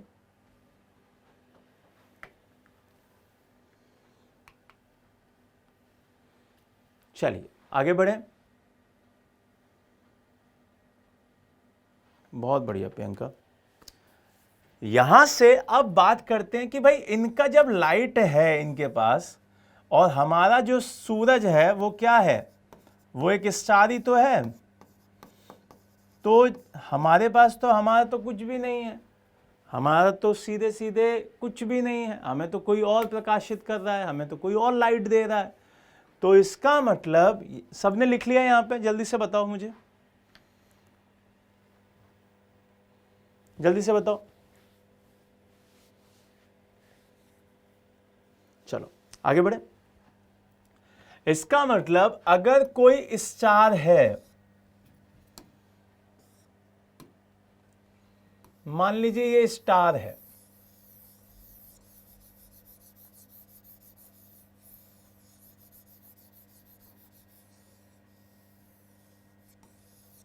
ठीक, और इसके पास खुद का रोशनी है,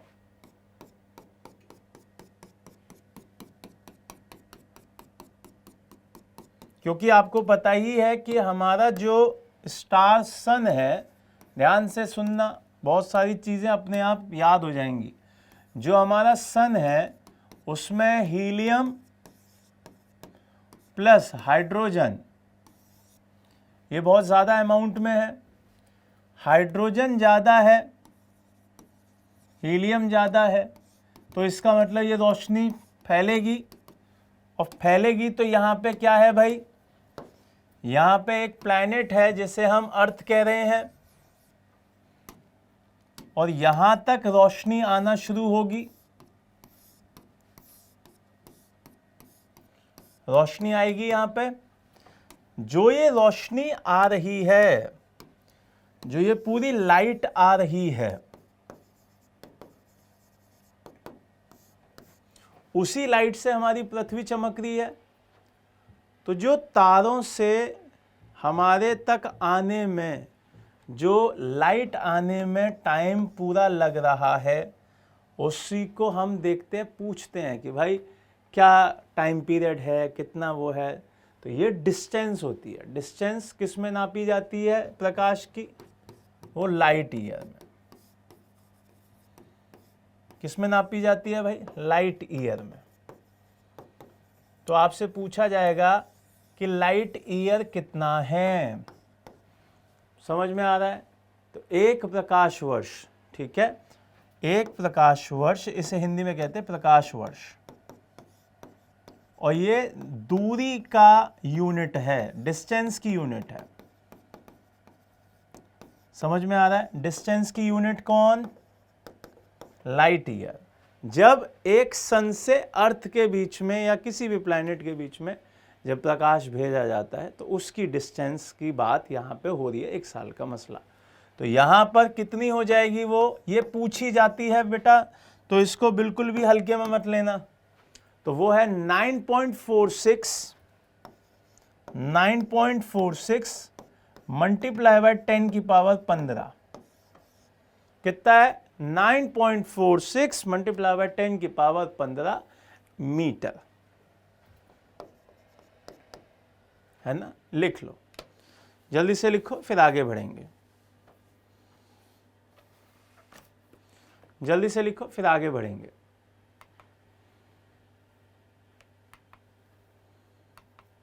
हो गया।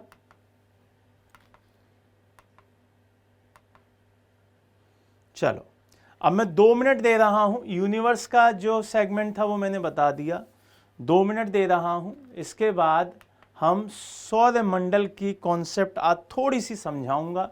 सौरमंडल का जो सोलर सिस्टम है उसके बारे में मैं थोड़ा सा बताऊंगा। फिर उसके बाद हम कल उसे कंप्लीट भी करेंगे और उससे आगे की चीज़ें भी पढ़ेंगे। 2 मिनट दे रहा हूं, 2 मिनट का ब्रेक है। फिर उसके बाद आगे हम सोलर सिस्टम स्टार्ट करेंगे और चीज़ों को पढ़ेंगे। बढ़िया पढ़ा रहे हैं सर, मन लग रहा है पढ़ने में। अरे क्या बात है। लिखिए, सोलर सिस्टम, यहां से क्वेश्चन बनता है बेटा। सोलर सिस्टम हिंदी में कहते हैं इसको सौरमंडल। सौरमंडल, क्लियर, सौरमंडल। ध्यान देना, बहुत आराम से समझना, ठीक है। आपने ज़िंदगी भर पढ़ा होगा और चीज़ें आप बहुत बार ऐसे याद भी किए होंगे कि भाई हमें याद हो जाए, लेकिन याद नहीं होता है ना। आज याद हो जाएगा, बिल्कुल इजीली याद हो जाएगा। यहाँ पर सौर्य का मतलब क्या है? सन। सोलर का मतलब क्या है? सन। तो कहानी किसकी? सन की, है ना। तो आप सन के बारे में जानते हैं, सन को सूरज कहते हैं। क्या कहा जाता है? सूरज। अब ध्यान देना, बहुत बार आप में से बहुत सारे लोगों की मम्मी ने, पापा ने ये कहा होगा कि आप मेरी आंख का क्या है? तारा है। तो यहां पर अपने बेटे को, अब बेटियां भी बेटों से कम नहीं है भाई, है ना, तो उनको भी कह देते हैं। अपने बेटे को पेरेंट्स क्या कहते हैं? कि आप मेरी आंख का क्या है? आप मेरी आंख का तारा हैं। तो इसका मतलब ये जो सन है वो क्या है? स्टार है। अब तो इसमें कोई डाउट नहीं रहेगा कि जो सन है वो एक स्टार है। और थोड़ी देर पहले ही मैंने समझाया है कि स्टार अपने टेम्परेचर की वजह से अपने कलर बताता है। दूसरा, यहां पर इसकी खुद की लाइट होती है, इसकी खुद की एनर्जी होती है, खुद की हीट होती है, खुद का पूरा पावर होता है, जिसकी वजह से वो दूसरों को लाइट देता है। समझ में आ रहा है? तो जो सूरज है, जो सन है, वो एक क्या है? एक स्टार है, तारा है, जो अपने टेम्परेचर की वजह से अपना कलर दिखाता है, अपनी खुद की लाइट रखता है, अपनी खुद की हीट रखता है, और वही हीट किसको दे देता है? वही हीट अपने प्लैनेट्स को दे देता है, ग्रहों को दे देता है। समझ में आई ये बात? पहली कॉन्सेप्ट क्लियर हो गई। वो क्या थी? वो थी आपकी कि सूरज क्या है? सूरज एक तारा है। क्या है? सूरज एक तारा है। इतनी बात समझ में आ गई? क्लियर है ये बात? आगे बढ़ें अब हम, जल्दी से बताओ, आगे बढ़ें। बहुत इंपॉर्टेंट चीजें हैं ये, याद रखा करो इन सब चीजों को, ठीक है। आगे बढ़ें, इतना ये लिख लो, फिर आगे बढ़ते हैं भाई।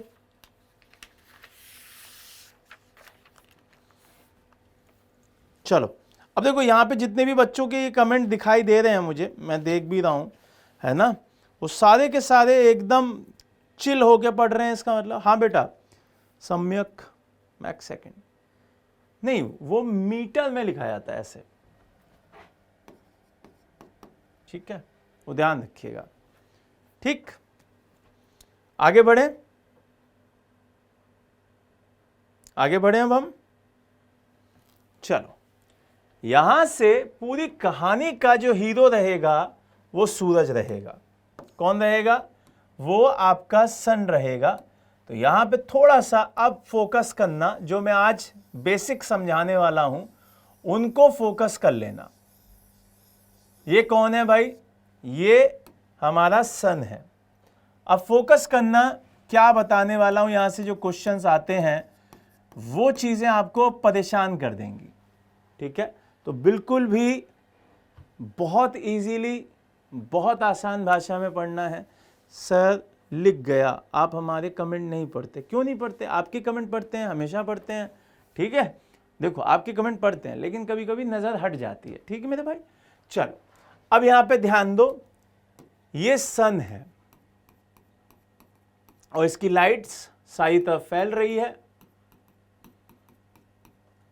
मैं क्या बता रहा हूं? सोलर सिस्टम बता रहा हूं। बेसिक्स चीजें समझाऊंगा आज। कल से इनके प्लैनेट्स के पूरे करेक्टर बताऊंगा कि ये क्या, कैसे कैसे बातें हैं, क्या हैं, वो कल बताऊंगा। लेकिन आज सोलर सिस्टम समझा के जाऊंगा, जिससे आप पढ़ के बैठेंगे कि भाई हमें आज इन सब के बारे में पढ़ना है। तो अभी बताया कि सोलर क्या है, सन क्या है, एक स्टार है, अभी समझाया। तारा है, तारा है तो पूरी दुनिया इसके लिए पागल होगी क्योंकि स्टार है। अब जब आपने देखा होगा कोई मूवी स्टार आसपास कहीं घूमने आ जाए तो हम उसके साथ फोटो खिंचाने के लिए बड़ा सोचने लगते हैं, यार फोटो खिंचा लेते हैं, अपडेट करेंगे। ये तो पूरी दुनिया का सबसे बड़ा स्टार है। तो प्लैनेट इसके क्या करते हैं? चक्कर काटते हैं। क्या करते हैं? चक्कर काटते हैं। और वो प्लैनेट कितने हैं टोटल? वो टोटल प्लैनेट हैं 8 ग्रहों के द्वारा इसकी पूरी परिक्रमा लगाई जाती है। क्या लगाया जाता है भाई? इसकी परिक्रमा लगाई जाती है। अब आपसे एग्जामिनर क्या बोलेगा, आपसे एग्जाम में जो क्वेश्चंस आने वाले हैं वो पूछेगा, एक तो 8 प्लैनेट्स का ग्रहों का नाम बताओ।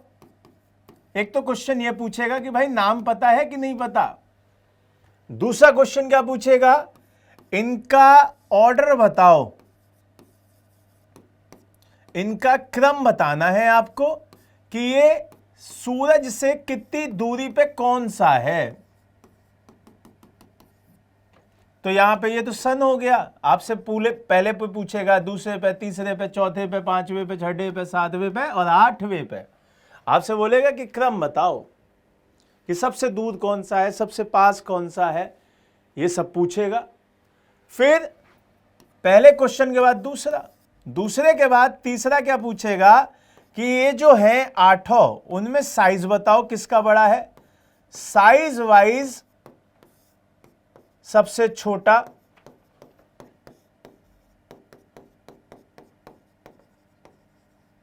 सबसे बड़ा,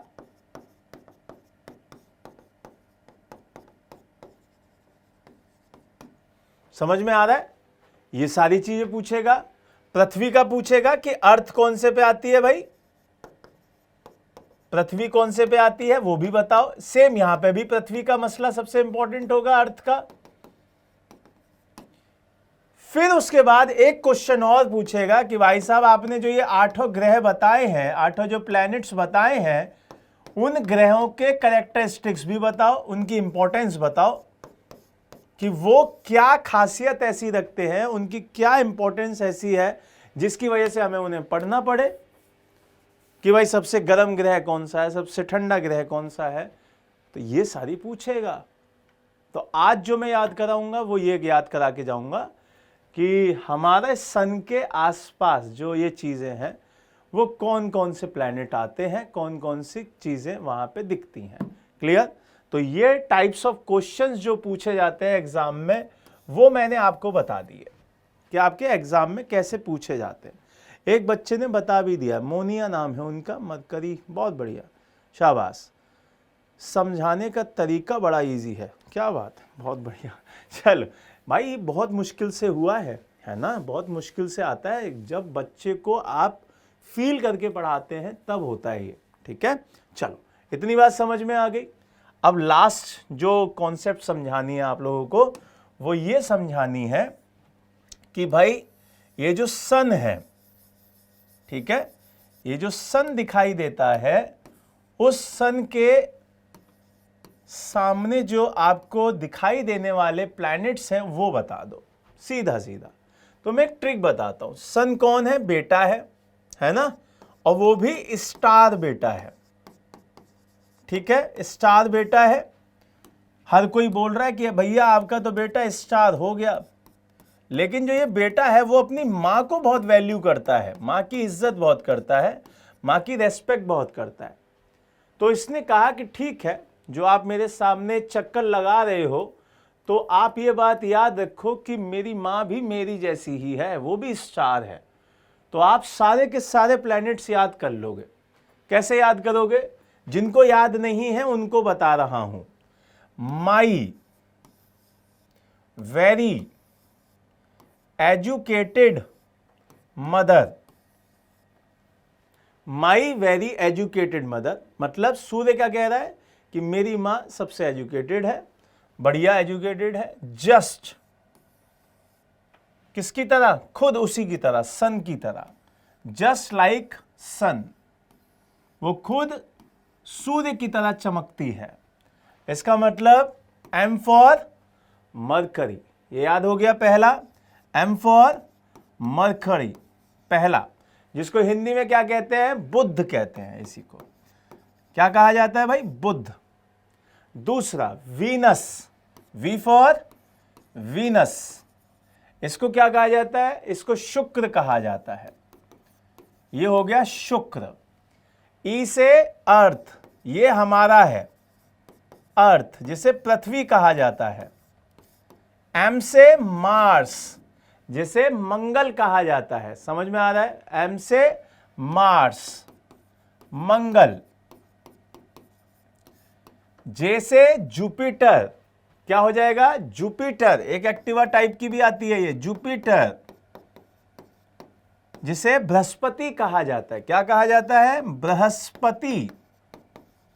बहुत सारे लोग जब कुंडली वुंडली दिखवाते हैं तो ये सब मिलवाते हैं कि बताओ भैया बुध कहाँ बैठा है, शुक्र कहाँ बैठा है, बृहस्पति कहाँ बैठा है, तो वो ध्यान रखना है। फिर आता है काले रंग वाला, कौन सा देवता भाई? शनि, सैटर्न, शनि, ठीक है, सैटर्न, ठीक, शैतान नहीं, सैटर्न, ठीक है। फिर यू से यूरेनस, यूरेनस, और इसे हिंदी में कहते हैं अरुण। बहुत बच्चे इसी में कंफ्यूज हो जाते हैं कि अरुण वरुण कौन से हैं भाई। तो यहां पे यू पहले आएगा, तुम तो पहले ही आओगे, हम थोड़े आएंगे। यू पहले आएगा तो आ भी पहले आता है, यू भी पहले आता है। तो ये याद रखिएगा, आप हमेशा पहले आएंगे, मैं उसके बाद खड़ा रखूंगा, ठीक है। तो यू, और फिर नेपच्यून, आखिरी में नेपच्यून आता है, ठीक है। तो नेपच्यून, ठीक, और इसे कहते हैं वरुण। आ बा बाद में आता है अब, ठीक, तो वो याद रखिएगा, नेपच्यून। पहले प्लूटो भी हुआ करता था लेकिन अब नहीं आता। तो अब आपको 8 याद हो गए।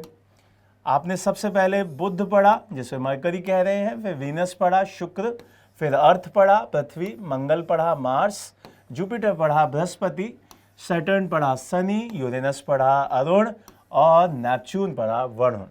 तो इसी तरीके से ये ऑर्डर आपका किसका बन गया? ये पूरा बना हमारा सोलर सिस्टम। तो यहां पर कहानी आज मैं बाइंड अप करूंगा। कल की क्लास में हम इसी से आगे की कहानी पढ़ेंगे। थोड़ा सा पढ़ के बैठिएगा, जिससे कि मैं जब आपको ग्रहों के बारे में बताऊं, जब चीज़ें समझाऊं, तो आप वहां पे एकदम ब्लाइंड ना हो, एकदम ये ना सोचें कि अरे ये क्या पढ़ा रहा है ना। तो पढ़ के बैठिएगा कि भैया बुध को क्या क्या खासियत है, थोड़ी पढ़ के बैठिएगा, जिससे मुझे भी मज़ा आए और आपको भी मज़ा आए, ठीक है। तो आज के लिए थैंक यू सो मच। किसी का कोई डाउट है, किसी का कोई सवाल है तो मुझसे पूछ सकता है। मैंने ये ट्रिक समझा दी है। My very educated mother just like a son, वो याद करा देती है और ये बहुत आसान कर देता है आपका पूरा सिनेरियो याद करने का। तो किसी का कोई डाउट मुझसे पूछ ले, बाकी का फिर हम बाइंड अप करते हैं क्लास आज की, और फिर हम देखेंगे, है ना, अगली क्लास में कल उसको पढ़ेंगे, ठीक है। जल्दी से किसी को कुछ पूछना है, किसी को कुछ भी पूछना हो तो मुझसे जल्दी से पूछ सकता है। थैंक यू, है ना, ठीक है। फिर अंशु, मोनिया, मानव, दिव्यांश और बहुत सारे बच्चे हैं, है ना। चलिए, रक्षा, बाकी की क्लासेस का शेड्यूल आपको अभी थोड़ी देर में अपडेट कर दिया जाएगा कि आपकी क्लासेस कैसे कैसे मिलेंगी। सर नोट्स क्लास में जैसे फ्लो चार्ट में है वो सफिशिएंट है। हाँ, मेरे लिए मैं आपको एक ही सलाह दूंगा, जब हम फ्लो चार्ट्स में पढ़ते हैं वो आपका समय भी बचाता है, आपकी कॉपी के पन्ने भी बचाता है, आपको याद करने में मदद भी करता है। हमेशा जब भी आपका, जैसा आपका सवाल है ना कि फ्लो चार्ट के नोट्स सफिशिएंट होते हैं या नहीं होते हैं, उसको समझा देता हूँ। उस पर एक दो चीज़ें समझ लो। जब आप चीज़ें टीचर से पढ़ रहे होते हैं और वो फ्लो चार्ट में आपको पढ़ा रहा होता है, तो आप उन चीज़ों को फ्लो चार्ट में बनाइए। आपके फ्लो चार्ट पहले ही क्लास में ही रेडी हो गए, लेकिन जब वो समझा रहा है तो उन चीज़ों को अच्छे से समझ लीजिए, जिससे कि फ्लो चार्ट में जब आप पढ़ रहे हों तो आप उसे इम्प्लीमेंट कर पाएँ, उसे यूज़ कर पाएँ, उसे याद कर पाएँ।